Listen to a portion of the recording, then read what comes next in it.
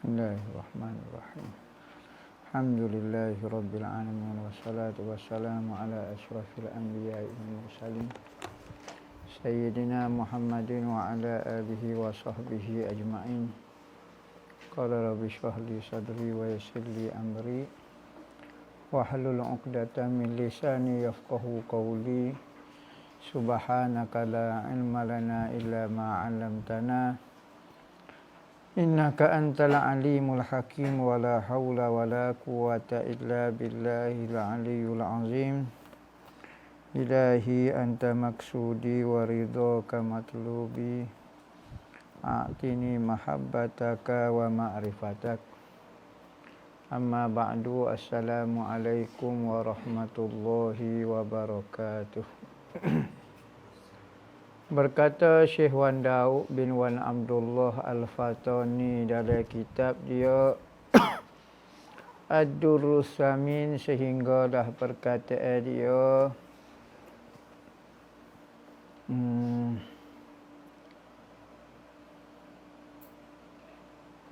Ar-Rahmanu 'alal 'arsy istawa.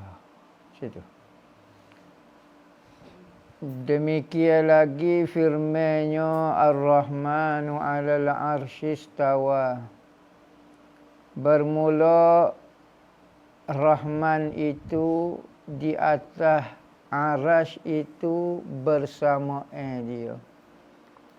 Artinya di atasnya memerintah dan mengerasi. Yakni istawa dengan makna memerintah dan mengerasi. Atau ada ia baginya berjihad. Ini bentuk menyamakan Tuhan dengan makhluk. Tuhan itu berjihad ataupun berarah. Seperti ada baginya kanan, Tuhan ada sebelah kanan. Atas atau di bawah. Maka mustahil Allah itu berjihad, kerana jihad arah itu tiada ia melainkan jirim, dan Allah mustahil daripada jirim. Kalau Tuhan ada sebelah atas, sebelah bawah, sebelah kanan, sebelah kiri, Tuhan duduk depan jadi Tuhan itu berjirim pula. Atau ada ia bertempat kerana tempat itu baharu, ataupun kita kata Tuhan itu bertempat. Tuhan berada di langit. Tuhan berada di atas arasy. Tuhan bertempat maknanya. Maka tempat ni benda baru. Makhluk selain Allah itu makhluk selain daripada Allah. Maka kalau Tuhan duduk di atas makhluk, atas langit ko, tu makhluk belaka, arah ko. Maka makhluk ni benda baru. Sebelum Tuhan duduk atas, duduk mana? Tuhan tidak bertempat. Sekarang pun tidak bertempat jugalah. Apa perlu? Apabila ada makhluk, dia perlu menumpai pada makhluk. Yakni mustahil baginya Allah Ta'ala bertempat. Maka tiada yang berkehendak akan tempat melainkan baharu. Yakni benda lemah yang layak untuk benda baharu lah. Dan Allah itu benda qadim. Dia tidak ada, tidak berhajat kepada sebelum wujud tempat lagi. Dia tu qadim lagi. Maka semua tempat itu benda baru. Atas, bawah, kanan, kiri. Kalau kita sebut atas ke apa? Kalau kita sebut Tuhan duduk atas ke apa? Atas daripada langit ni lah. Atas langit tak ada. Mesti atas ni kena nisbah kepada benda. Dia panggil makulatun nisbi, panggil. Nisbah. Kalau sebut atas ke apa? Kena sebut. Tak boleh sebut atas. Atas yang tiada atas kerana lah. Atas daripada langit. Atas pada bumi. Atas pada arah. Atas kena sebut. Kalau sebut bawah kita juga. Bawah daripada apa? Bawah langit. Bawah halal. Bawah bumi. Kena sebut. Maka benda-benda atas ni nisbah kepada sesuatu benda. Maka Tuhan mana boleh nisbah kepada satu benda. Benda selain pada Tuhan itu adalah ciptaan Tuhan. Maka macam mana Tuhan nak ada duduk bertempat kedai sedekah sebelum dia qadim ni tak bertempat. Maka yang qadim terkaya ia daripada tempat, tak perlu bertempat. Atau ia berzamai berkait dengan masa. Kita ni berzamai sebab kita bermula. Apabila benda bermula, dia ada bila mula dia. Kait dengan waktu asar, maghrib, zuhur, isya, pukul 10, pukul 11. Kerana kita ni sentiasa baru. Apabila benda baru berkait dengan masa. Bila kemarin, tolak tahun lepas, 1000 tahun lepas, juta tahun akan datang. Yakni mustahil Allah berzamir, bermasa. Kerana zamir, masa tu benda baru. Ada baru macam. Baru, pukul 10, pukul 11, pukul... Masa tu benda baru semacam. Pukul 10 hari ni tak sama dengan pukul 10 kemarin. Dan Allah itu Tuhan yang menjadikan segala zaman dan makan, imkan, masker. Semua benda tu berlaku Tuhan. Maka masa-masa ni disukat dengan perjalanan matahari. Siapa yang menjalankan matahari? Tuhan juga. Maka kalau matahari duk kerah gitu, kita panggil zuhur. Tak masuk zuhur lagi, tunggu zuhur. Setengah jam lah. Sejam lah. Atau ada ia bersifat dengan sifat baharu. Ataupun bentuk penyamaan Tuhan dengan makhluk. Kita kata Tuhan ada sifat serupa dengan makhluk baru. Seperti Tuhan itu bergerak. Bergerak yakni berpindah daripada satu tempat kepada tempat lain. Tangan ni berpindah ke sini. Itu panggil bergerak. Betas gerak sini. Ni panggil bergerak. Berpindah tempat. Dipanggil dua keadaan, dua tempat, dua masa. Tu panggil gerak. Ada dua masa, dua perbuatan, satu tempat. Tu panggil tak gerak. Diam. Masa ni bergerak ini berkait dengan tempat, baru dipanggil bergerak. Kalau satu tempat, tak panggil gerak. Dan diam. Diam ni dua perbuatan, tapi dalam satu tempat. Tak. Perbuatan anak nak kerah. Dua kali dah anak nak kerah. Tapi pada satu tempat. Dan hitam, putih. Bukan sifat Tuhan belakang. Hitam, putih ni sifat makhluk. Tuhan ni warna hitam ke warna putih. Comel putih lah. Tak boleh. Dan suka dan duka. Tuhan suka, Tuhan duka. Tu sifat makhluk. Lepas tu dalam hadis tu Tuhan suka, Tuhan apa? Maksud Tuhan suka ni bukan suka ketawa macam kita. Bukan suka makna riah hati, gembira jiwa kita tenang. Bukan. Maksud gembira, maksud Tuhan suka kepada orang bertaubat minta suka gini. Maksud dia Tuhan nak beri pahala, Tuhan nak beri syurga. Itu maksud dia. Atau bersifat dengan kodim. Dengan kodim yang baharu. Atau Tuhan tu bersifat dengan benda baru seperti ilmu yang baharu. Tuhan baru tahu, Tuhan baru. Kerana bahawasanya jika ia bersifat dengan dia, Tuhan bersifat dengan benda baru, nescaya adalah ia berjirim kerana tiada terupa pada akal jirim itu sunyi daripada perkara itu. Maka apabila Tuhan ni baru, maka Tuhan ni berjirim. Kerana biasanya benda baru ni berjirim, berjisim. Setiap makhluk itu sama ada jauhar ataupun arok. Kita ngaji dah. Makhluk Tuhan ni terdiri daripada dua. Jauhar ataupun arok. Maka apabila makhluk, otomatik dia tu jauhar, dia tu jirim, dia apa. Atau ada ia bersifat dengan kecil. Kecil tu apa? Sedikit jirimnya. Atau besar, iaitu banyak jirimnya. Kerana tiada sunyi daripada dua tu. Kecil dan besar. Ana lebih besar daripada buku ni. Kerana jiring ana terdiri banyak berjuta-juta jiring membentuk tubuh ana. Ni mungkin ratus ribu jiring membentuk kita ni. Maka ana lebih besar kerana ana lebih banyak jiring berbanding dengan buku ni. Jadi timbul istilah kecil dengan besar ni terdiri kita sifat kepada jiring. Sifat kepada berbilang. Sifat kepada banyak dan sedikit ni bergantung kepada kecil dan sedikit dengan banyak jiring. Kalau banyak jiring panggil besar. Maka besar ni tak layak bagi Tuhan. Kerana dia adalah sifat jiring. Kecil besar ni sifat jiring. Tuhan berjiring. Tak. Jising. Tak. Tuhan apa dia? Tuhan zat. Atau ada ia bersifat dengan gharak. Dan ilat gharak ni tujuan. Tuhan buat lagu ni ada tujuan. Kita buat sesuatu mesti ada tujuan. Kita belajar ada tujuan di kita. Kita semaya ada tujuan. Maka Tuhan mencipta makhluk ini tidak ada tujuan yang kembali kepada dia. semata-mata hikmah dan ilmu dia. Kadang-kadang Tuhan buat sesuatu tu kita tidak tahu pun hikmah dia. Kita buat sesuatu ada gharak, ada tujuan. Kerana kalau buat sesuatu masih ada tujuan, berarti tidak ada maksud kesempurnaan. Tuhan ni benda sempurna, maka dia tidak perlu buat sesuatu untuk menyempurnakan. Tak ada istilah menyempurnakan, tak ada. Dia dah sempurna. Kita ni buat sesuatu kerana ada kekurangan, perlu kepada sesuatu. Atau elak sebab Tuhan buat sesuatu bersebab. Kerana buat bapa awak Tuhan buat padi nak sebab nak jaga manusia.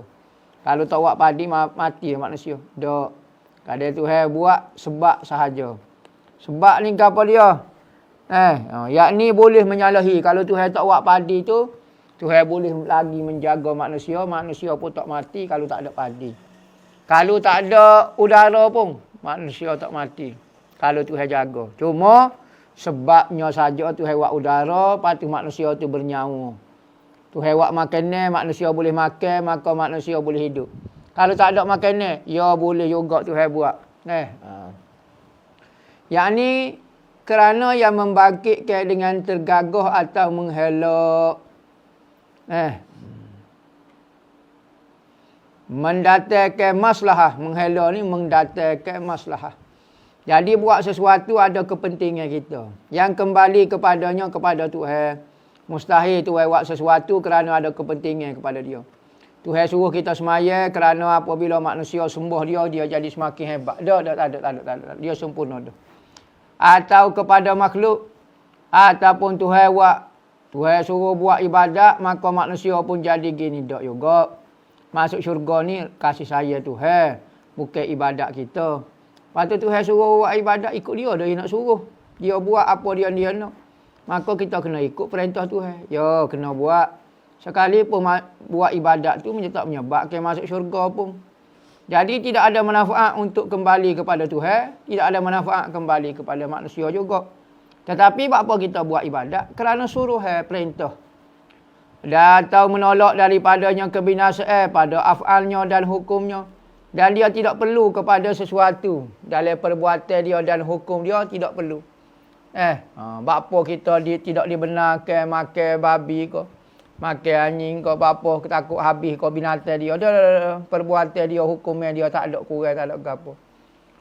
Perbuatan kita tak memberi kesan pun pada kerajaan Allah Ta'ala, pada kekuasaan Tuhan. Tu kesempurnaan Tuhan. Tidak ada sesuatu pun yang dapat memberi kesan walau sedikit pada kerajaan dia. Kita lawan Tuhan, kita tak dengar kata Tuhan. Iblis lawan Tuhan, orang buat maksiat Tuhan. Tak ada pun sedikit terguris pun kekuasaan Tuhan. Tetap dia menguasai mutlak diri kita. Tak ada orang boleh lawan Tuhan. Dan tak ada orang lawan Tuhan sebenarnya. Semua ikut perintah Tuhan berlaku. Iblis hok buat maksiat, hok kupu, hok paling jahat pun, hok tu masih ikut perintah Tuhan. Mana mampu dia boleh melawan Tuhan dia. Tapi dia taat dalam keadaan maksiat. Kita taat buat ibadat, dia taat buat maksiat. Semua tak berani lawan Tuhan. Semua Tuhan yang menguasai diri dia. 100%. Maka misal pada af'al itu setengah mengadakan dan mengadamkan dan menjadikan dan memberi rezeki. Itu perbuatan Tuhan. Ikut Tuhan lah. Tuhan nak mengadakan siapa dia, nak mentiadakan siapa dia. Tuhan nak beri rezeki, Tuhan tak beri rezeki. Ikut dia nak kata guana dah. Kita nak buat guana, kita tak ada kuasa. Kita hanya ada usaha dan ikhtiar yang tidak memberi bekas pun. Kita usaha minta dengan Tuhan. Kita berikhtiar menjaga kesihatan. Kita berikhtiar untuk jaga diri kita daripada masuk neraka. Usaha ikhtiar. Tapi hak tu semua tu kerjaan Tuhan berlaku. Dan misal pada hukumnya seperti mewajibkan sesuatu. Perbuatan Tuhan pun tidak akan ugah ikut dia yang nak buat apa dia pun. Hukumnya dia pula. Dia kata wajib sembahyang maghrib. Ikut dia. Kali kata tak wajib pun nak kata ke mana. Mewajibkan sesuatu. Menghalalkan. Maka adalah gharak pada kedua itu atas Allah Ta'ala mustahil. Kalau ada tujuan, ada maslahah. Tuhan buat sesuatu tu mustahil. Sebab apa Tuhan suruh sembahyang maghrib tak ada. Kerana kehendak mengambil gharak di dalam keduanya menunjukkan kekurangan. Setiap benda tu kalau ada sesuatu manfaat kembali kepada dia tu kekurangan. Sedangkan Tuhan sudah sempurna dah, tak perlu kepada sesuatu. Sama ada dia suruh sesuatu nak suruh sempurna lah. Maka hendak menyempurnakan dia, menunjukkan kekurangan, maka hendak menyempurnakan dia, maka lemah Tuhan. Sedangkan Tuhan sempurna dah. Maka Tuhan sempurna dah semua perbuatan dia. Semua hukum hakam dia tidak ada kepentingan, tidak menambah ke gapo dia untuk diri dia pun, tak mengurangkan untuk diri dia pun. Dan Allah Ta'ala telah kaya ia daripada segala tersebut. Tak perlu kepada tujuan manfaat maslahah, tak perlu. Mustahil baginya Allah mengejarkan dan menegahkan dengan gharak. Tuhan suruh, Tuhan larang kerana ada tujuan kepentingan diri tak. Maka yang berkehendak kepada gharak yang baharu, lagi kekurangan hendak menyempurnakan kekurangan. Maka setiap benda yang nak buat sesuatu kerana ada tujuan, hal tu semua tu menunjukkan kekurangan, hendak menyempurnakan kekurangan. Bermula Allah Ta'ala itu fa'il yang mukhtar. Tuhan yang pembuat, dialah yang memilih. Lagi ghaniyun, tidak berhajat daripada segala makhluk. Dan kelima, la yakun qaiman binafsih. Lawan sifat mustahil sifat mukhalafah abidah. Ini sifat kelima, alla yakuna qaiman binafsih. Artinya bahawa tiada berdiri ia dengan sendiri, yakni berhajat kepada sesuatu. Sama ada berhajat kepada sesuatu, dia berhajat kepada pencipta zat dia, ataupun dia berhajat kepada zat seperti bagaimana sifat berhajat kepada zat. Keras berhajat kepada batu. Tak boleh keras nak duduk dengan sendiri, terpaksa dia menumpai pada batu, pada berseming, pada kayu. Maka Tuhan bukan jenis dua lagu tu. Sifat pun bukan dia. Dia bukan zat yang berhajat kepada pencipta. Lawan bagi qiyamuhu binafsih. Seperti bahawa adalah ia bersifat, adalah ia sifat. Berdiri ia dengan zat. Tuhan ni bukan sifat yang berhajat kepada zat. Atau ada ia berkehendak kepada mukhassis. Atau berhajat kepada pencipta. Mukhassis ni panggil pencipta lah. Artinya fa'il pencipta. Tuhan perlu kepada sesuatu untuk mencipta diri dia. Mustahil. Keenamnya alla yakuna wahidan. Artinya bahawa tiada ia esa. Maka lawan wahdaniyah ni sifat mustahil berlaku. Seperti bahawa ada ia bersusung pada zatnya. Zat dia tersusung. Macam zat ana ni, zat hamba ni seperti satu juga. Tapi nampak satu tapi tersusung daripada kepala, tangan, tubuh. Bukan maksud lagu tu. Atau pada sifatnya seperti dua kudrat. Hamba akad benda ni guna 10%. Ni 20%. Jadi kudrat hamba ni ada sesusung. 10, 20, 30, 40. Seperti dua kudrat, mustahil juga. Atau ada ia baginya menyamai pada zat, ada zat yang sebanding dengan zat Tuhan. Kalau zat hamba ni banyak boleh kias dengan makhluk lain, manusia pun serupa lebih kurang zat. Atau ada ia baginya pada wujud memberi bekas pada sesuatu fi'il. Ataupun ada sesuatu selain daripada Allah boleh memberi kesan dengan sendirinya. CJ boleh membahagiakan. Pangkat boleh menyebabkan dia boleh hidup. Tak ada kerja, tak ada CJ, tak ada jawatan, maka matilah kita, tak ada kerja. Ni. Ada benda boleh memberi kesan kepada sesuatu selain pada Allah. Mustahil. Yang boleh memberi kesan, taksir adalah kudrat Allah Ta'ala. Zat Tuhan saja yang mula. Daripada beberapa fi'il, perbuatan semua Tuhan tu.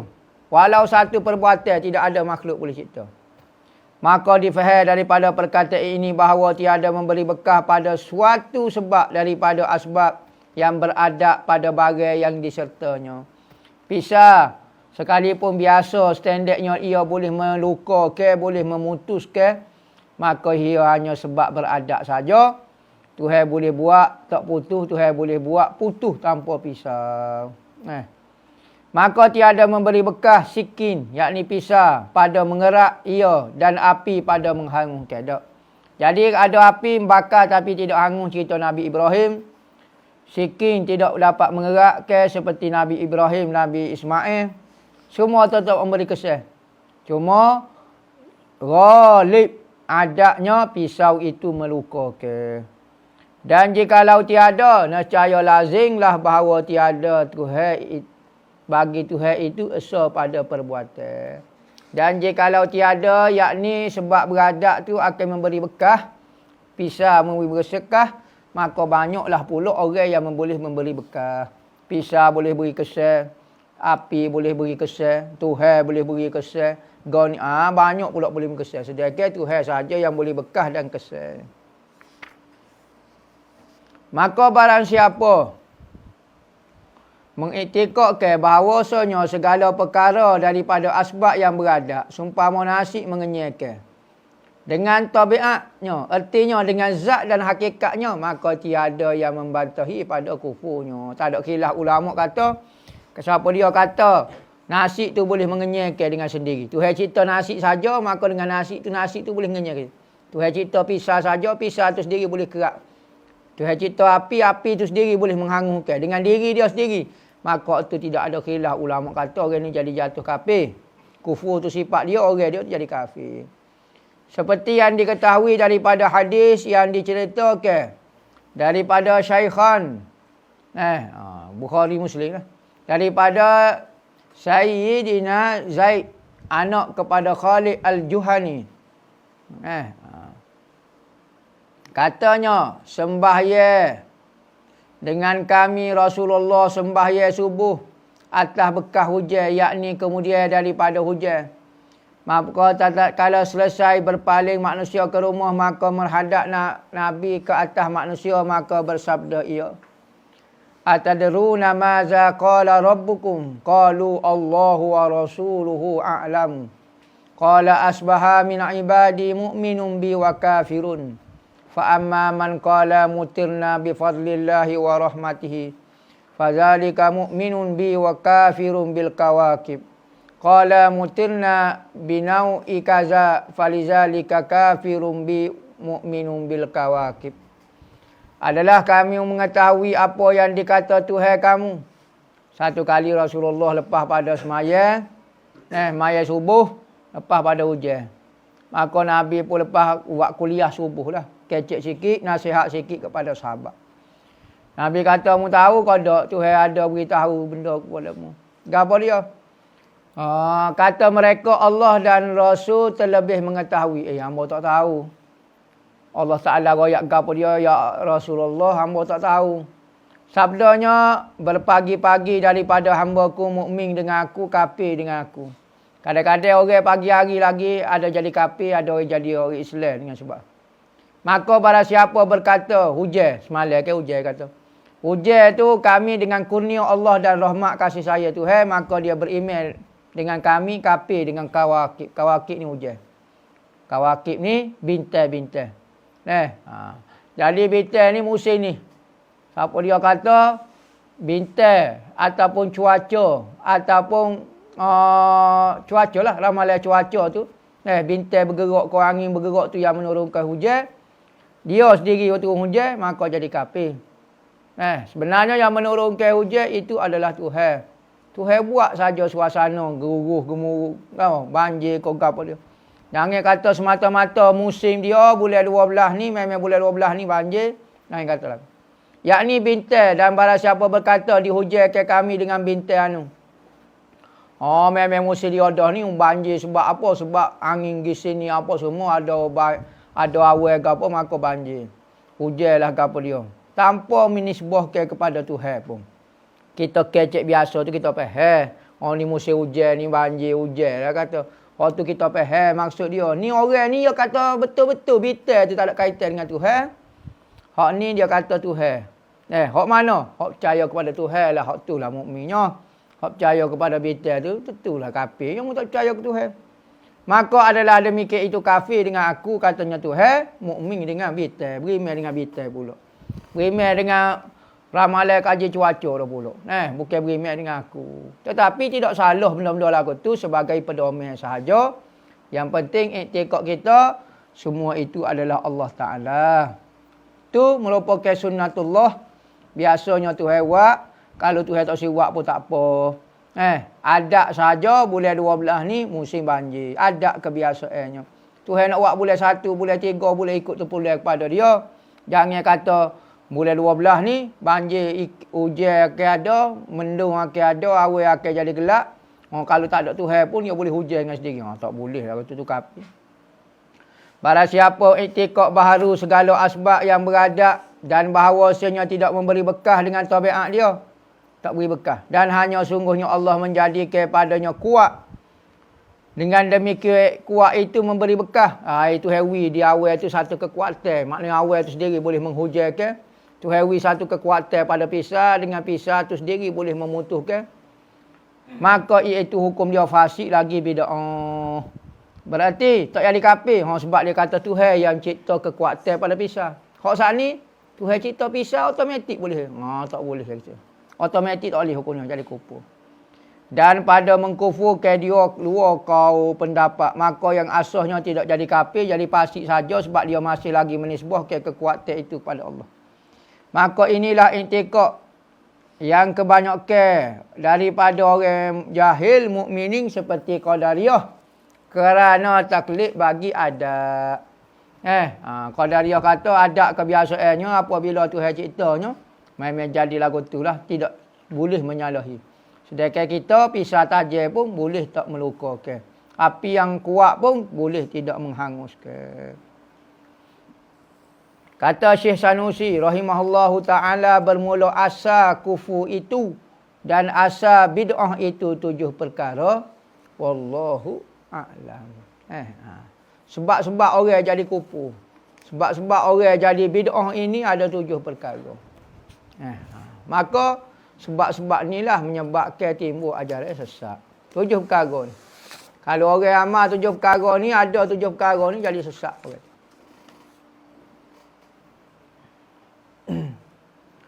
Boleh ustaz terangkan sedikit apakah yang dimaksudkan dengan martabat 7?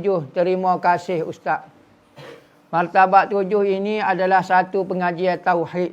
Tauhid juga. Tetapi cara pengajian berdasarkan kejadian makhluk.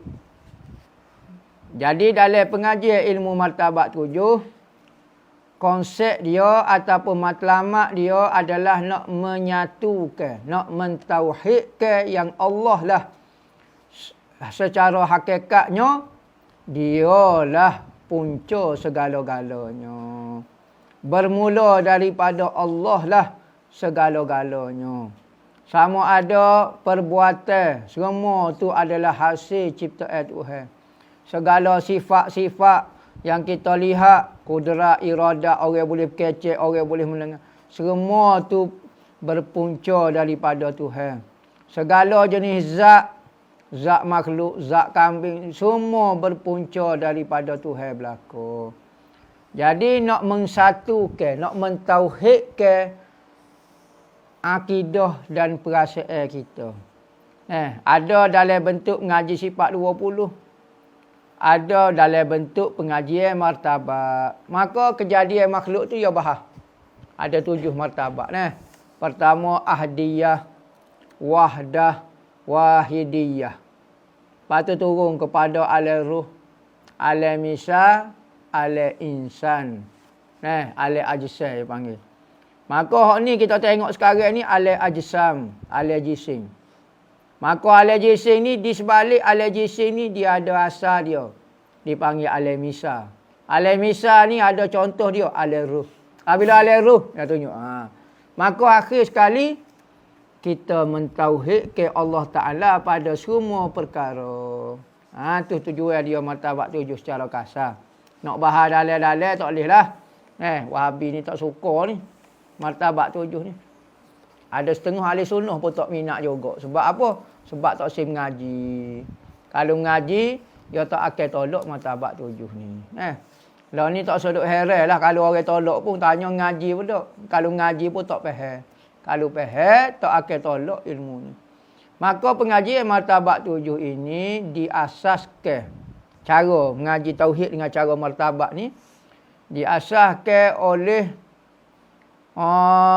pengikut kepada tariqah Syatariyah. Syatariyah banyak mengajar tauhid dalam bentuk martabat 7. Mengapa kau terlalu banyak yang dakwa tentang Sultanul Aulia? Ada yang menyatakan Syekh Abdul Qadir. Ada yang menyatakan Sidi Ahmad Tijani. Ramai lagi. Siapakah wali Allah yang menyandai gelar Sultanul Aulia sebenarnya? Sultanul Aulia yakni raja para wali. Maka setiap zaman, setiap masa dia ada raja dia. Wali ni ada hak paling hebat sekali, paling bisa sekali. Wali.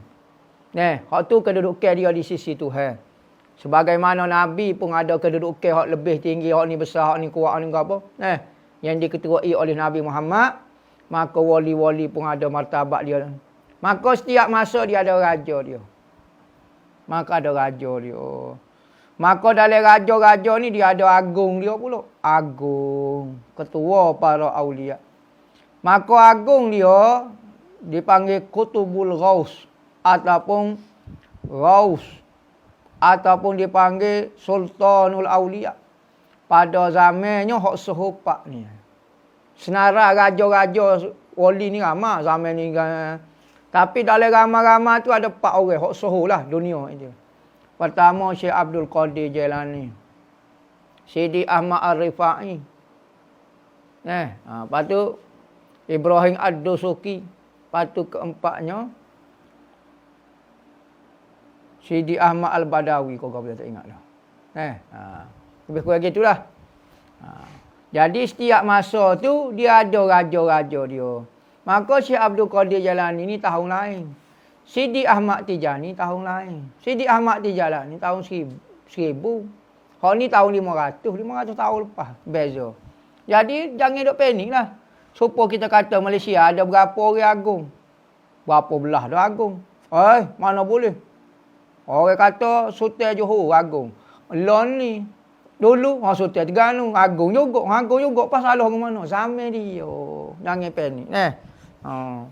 Kita panik ni sebab kita tak tahu apa. Sebab kita tak tahu persidangan dia, perbincangan para wali kita tak tahu.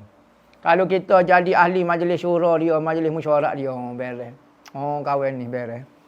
Ni pok kita ni pakai teka belakang lagi sebab tak tahu. Kenapa orang lain boleh sempat belajar banyak benda tapi saya tak dapat belajar macam mereka? Rezeki Tuhan ni banyak. Ada orang boleh belajar sikit tapi boleh beramal banyak. Ada orang boleh belajar banyak tak boleh beramal langsung. Ada orang boleh beramal tapi tak boleh ikhlas. Ada orang tak boleh beramal tapi boleh ikhlas. Jadi rezeki masing-masing pujilah Tuhan kerana mendapat rezeki pemberian daripadanya. Jangan bandingkan diri kita dengan orang lain. Jangan bandingkan pemberian Tuhan kepada orang lain, kepada diri kita. Yang mana hakikatnya semua pemberian Tuhan penuh belaka. 24 jam hari ni Tuhan beri kepada anak. Ni 24 jam juga. Cuma dalam 24 jam pemberian anak lagu ni. Pemberian orang lain lagu ni. Maka jangan bandingkan pemberian Tuhan. Tidak ada adab kita. Tuhan beri sesuatu, kita banding-banding dengan orang sebelah kita. Patut kita bersyukur, terima kasih kerana Tuhan memberi kita nyawa, boleh berjalan, boleh minum, boleh menyawa, boleh hidup pada malam ni. Pemberian tu macam-macam. Tuhan nak tunjuk dia tu maha hebat, dia beri macam-macam. Berbeliau manusia hidup sekarang, semua dapat rezeki masing-masing. Jangan duduk kiyah dengan orang lain. Kullu ya'malu ala syakilatih. Setiap orang beramal untuk sampai kepada Tuhan menurut kerangka dia. Dia siapa? Dia cikgu, siapa melalui cikgu. Dia tukang masuk, jangan nak jadi tok guru pula. Dia tukang masuk, jadi tukang masuk lah. Tapi siapa ke Tuhan juga. Jangan duk deki dengan rezeki masing-masing. Kalau qada solat tak buat tahiyat boleh qada. Tahiyat ke apa dia? Tahiyat akhir kena buat. Tahiyat awal tak buat tak apa. Hukum dia sunat sahaja. Sunat ab'ad sahaja.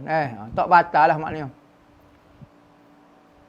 Kita sering kali dihantar sihir. Lepas berubat diri lama-lama orang akan hantar balik pula. Bila dah sampai tahap tak ada kesabaran boleh dah. Kalau kita hantar balik sihir yang orang tu bagi kat kita. Dan kalau dia sakit lebih dari kita, apakah kita berdosa juga? Kalau kita buat kepada dia menyebabkan dia sakit, kita akan ditanya. Semua perbuatan dia ditanya. Perbuatan kita juga ditanya. Maka kita pilih. perbuatan kita ni berdosa ke tak? Okey, aku bersabar dengan dia, aku boleh pahala. Kalau aku tak sabar, aku boleh. Tapi takut gitu, kan berdosa pula. Perbuatan dia ikut dia lah. Dia nak pilih dosa dengan Tuhan, ikut dia. Lalu ni kita buat, kita rasa benda tu boleh pahala ke tak? Kalau benda tu boleh pahala, silakan. Kalau benda itu berdosa, jangan buat. Kita fikir sendiri. Kan dia sakit kan? Tak payah. Takut jadi hamba pula berdosa. Akhirat Tuhan katanya, ingat tajuk kita. Apa benar orang ni, kita pula masalah pula. Sebab apa? Sihir berat pada dia lagi. Minta doa dengan Tuhan supaya menangkis kembali. Yakni sihir yang dia buat tu boleh ke dia semula. Bukan kita pun. Kita tak buat apa-apa, kita hanya berdoa minta dengan Tuhan supaya mengembalikan semula sihir itu kepada dia. Kalau dia buat santau tu pergi kepada dia. Kalau dia buat tujuh tu pergi ke dia. Kalau dia buat busung tu pergi ke dia. Tak sih, kita tak sih. Tu maksud dia. Tu tak apa. Jangan kita buat satu benda hatta ke dia. Tu tak boleh berdosa. Soalan tak ada air semaya, boleh kau buat cuci tandas untuk tidak membazir? Tak ada air semaya. Air tak ada, awak ambil air semaya. Awak cuci tandas. Tak boleh lah. Untuk ambil air semaya lah. Tak boleh cuci tandas tu. Penat aku tu. Jaga orang. Berkali kawasan tak ada air. Berkali. Kalau tak ada kawasan tak ada air, tak ada air. Untuk tak ada air, ambil semaya. Awak cuci tandas tak boleh hukumnya. Tapi kalau kata,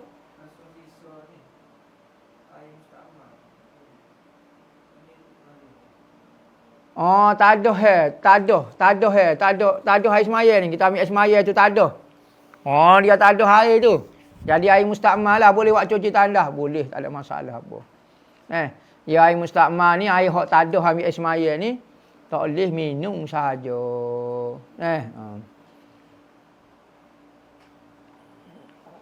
Mohon ijazah amalan musabba'at asyarah.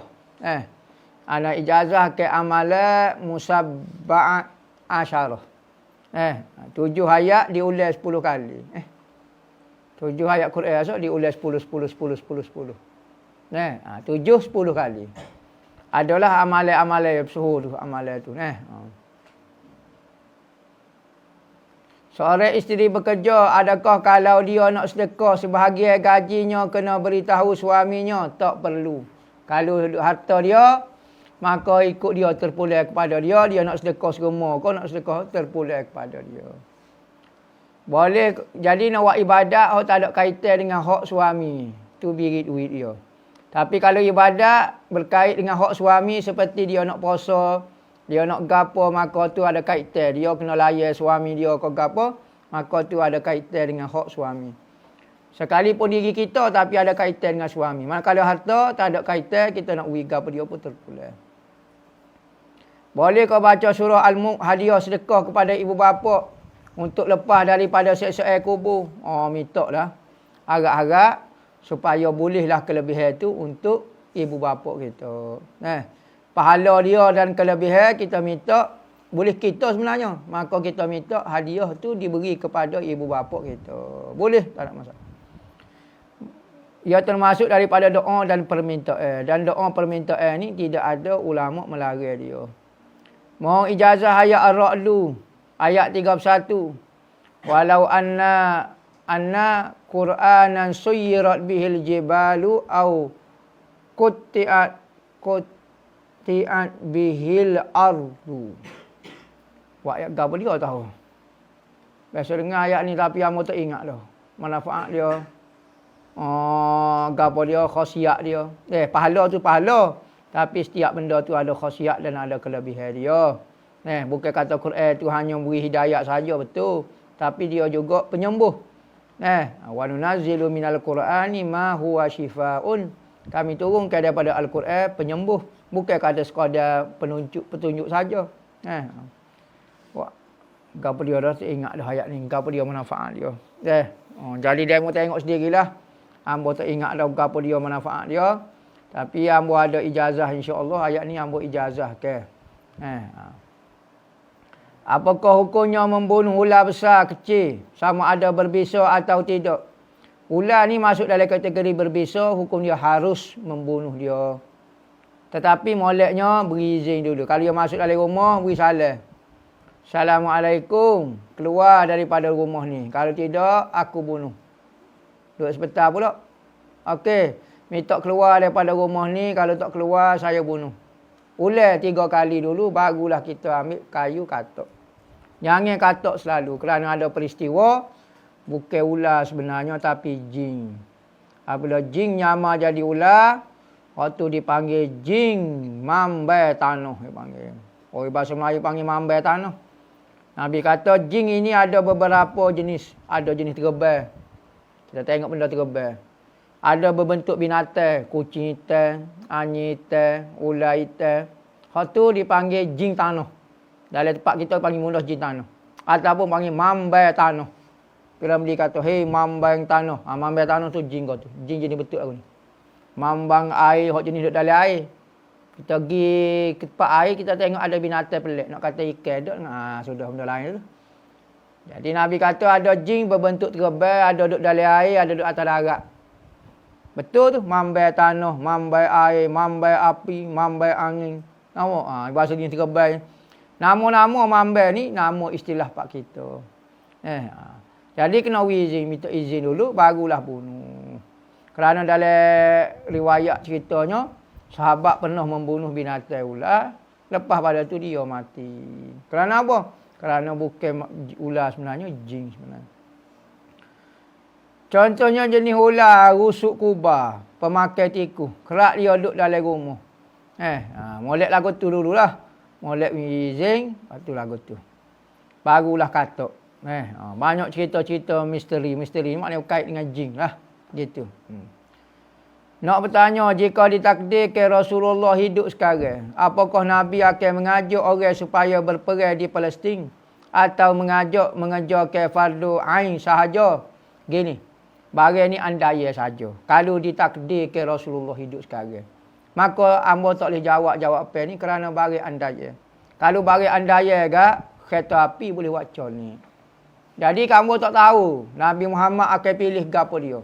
Hamba bukan wakil daripada Nabi Muhammad nak jawab soalan lagu ni. Soalan andaya lagu ni gak berat. Jadi nak jawab lagu mana? Tunggu Nabi Muhammad ada dulu. Jangan andai-andai benda dalam agama, hukum hakal, jangan duk reka. Jangan gak futuristik sangat. Mr. Bombastic, Mr. Loba-loba sangat. Andai banyak terlajar. Jadi, Nabi suruh pergi ngaji fardu ain, kau pergi pergi Palestin. Apa demo kacik nak pergi pergi Palestin, kau tak suruh ngaji fardu ain, kau gapo? Apa buat pilihan dua ni? Banyak lagi masalah isu dalam sekarang. Main politik kau gapo? Apa tak sebut? Jadi Wahabi kau apa tak sebut? Apa sebut pergi Palestin, lawan dia fardu ain. Apa lagu tu tajuk? Apa tajuk lagu tu sebenarnya? Gapo dia maksud daripada soalan andai reka lagu ni? Faham hamba tak boleh nak jawab. Kalau hamba jawab takdir Rasulullah. Takdir lagu mana? Rasulullah tak ada dah. Nak jawab lagu mana? Hamba silap kalau kamu kata fardu ain. Ke Palestin ke? Pulak masalah pulak. Barang andaya tu gak. Kereta api boleh wacol. Jadi lah ni wajib kita mengaji fardu ain. Tak selok kehel lah kat mana-mana. Dosa. Mungkin ulama kata lagu tu bukan hamba. Rasulullah sendiri ayat. Isteri pergi umrah seorang, suami tak pergi. Boleh kau musafir tanpa mahram? Ya pergi seorang. Tak ada orang. Kau terbang je buat sendiri. Turun apa semua tak ada orang. Kau apa dia maksud tak ada orang? Betul tak ada orang sungguh. Kau ada mahram, kau ada saing tu itina. Maka ulama kata kalau ada mahram, cukup seorang dah. Mahram jatuh kau tak apa. Adik dia kau, pak dara dia kau. Ataupun ada saing-saing tino umrah tu pergi ramai lah. Dalam 5 juta orang pergi umrah. Dia boleh saing naik kapal terbang sekali. Sore ni memang betul sore sungguh. Naik kapal terbang sendiri berapa dia tak cara kat orang. Bahaya lagu ni. Islam menutup jalan-jalan lagu ni, musafir lagu ni bahaya dan menyebabkan haram perbuatan lagu ni. Adakah suami dikira dayus? Tengoklah. Betul kau nak sore. Kalau sore betul-betul, maka musafir tu musafir maksiat. Maka musafir maksiat, tak syarat kata pergi umrah, pergi Maidin, pergi mana-mana ko, pergi mana ikutlah. Pergi usrah ko, sore ko, gapo bahaya. Tak boleh juga. Jadi setiap maksiat kalau suami tak lari, hukum dia dayuh lah. Tak syarat pergi umrah. Wallahu a'lam. Al-Fatihah.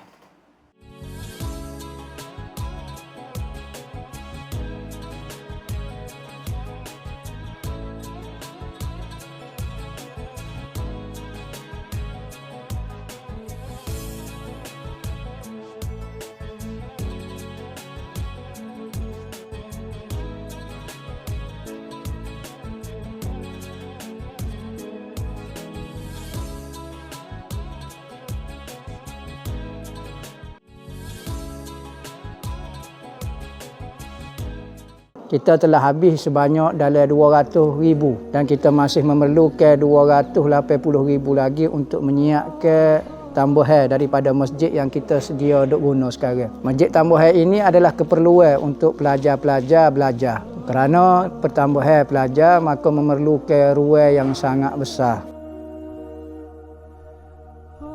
Saya dipertanggungjawabkan untuk mengikut amanah untuk menguruskan Madrasah Ribat Al-Mustafa merayu kepada saudara dan saudari untuk menyumbang kepada pembangunan masjid yang sedang kita buat.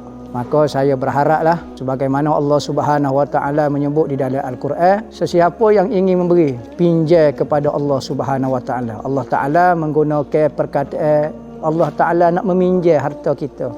Lemah lembutnya Allah Taala untuk mengambil harta seseorang. Jadi saya lebih-lebih lagi merayu kepada muslimin dan muslimat untuk menyumbang bersama-sama menjadi pahala kebajikan amal jariah yang berpanjangnya sehingga di dalam kubur kita dan hari akhirat. Mudah-mudahan Allah Ta'ala saja yang akan membalas hasil usaha amalan kita semua di akhirat nanti, iaitu syurga Allah Subhanahu Wa Ta'ala. Wa sallallahu ala sayyidina Muhammadin wa ala alihi wasallam walhamdulillahi rabbil alamin.